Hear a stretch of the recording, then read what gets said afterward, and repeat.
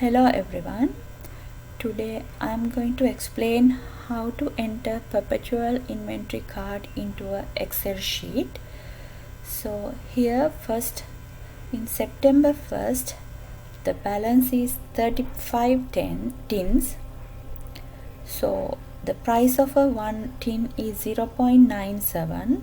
We'll see how we can enter this into the Excel sheet. September 1st. There are remaining 35 tins, so it's 35 here and balance is 35 and unit price is 0.97.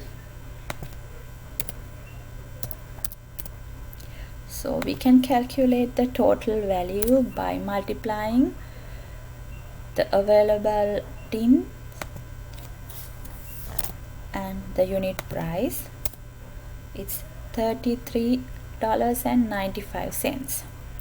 Then we will move into the second, September 2nd, storeroom requisition 12 tins. So we will enter it.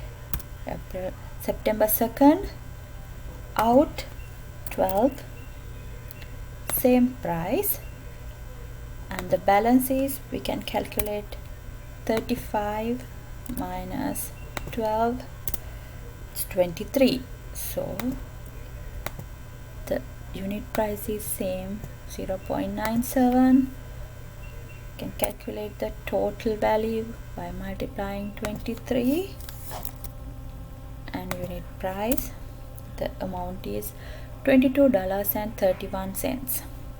Then we'll move into the third one, September 3rd, suppliers invoice 3 cases. So in one case there are 6, so we can calculate total number of tins. In September 3rd, 3 cases into 6, 18 tins, so total number equal 23 plus 18, it's 41. Then we have to calculate the unit price. One case is $5.5 and 99 cents. One case, in one case there are 16, so for one tin divided by 6,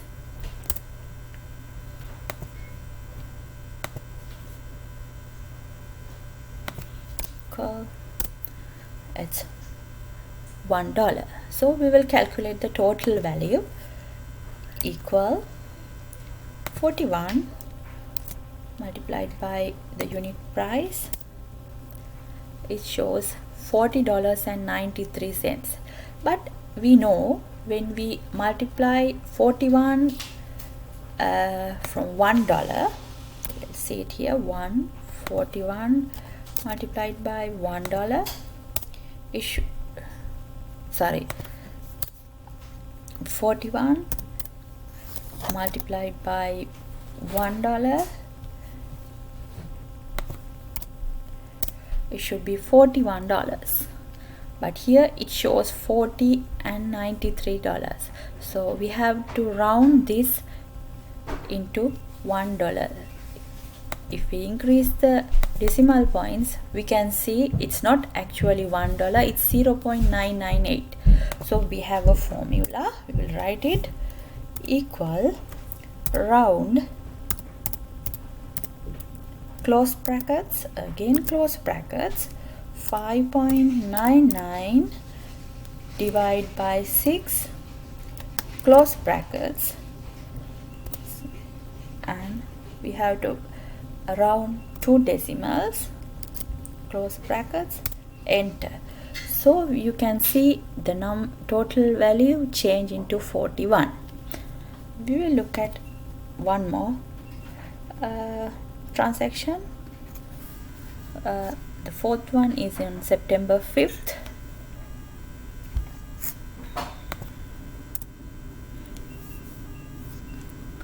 Storeroom requisition 17s.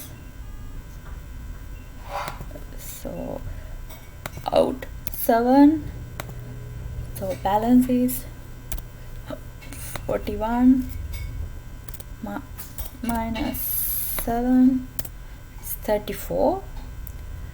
Here also we can just calculate and see 5.99 divided by 6, $1. We can calculate the total value by multiplying 34, and this same thing in here. It should be 34, but it shows 33.99. It's because this is not actually round into 2 decimals, so we have to round it into 2 decimals. We will do it. We have to write the formula: round, close brackets, 5.99 divided by 6, close brackets, comma and 2, and close bracket, enter. So you can see the number is changed according to the round number. Likewise, we have to do all the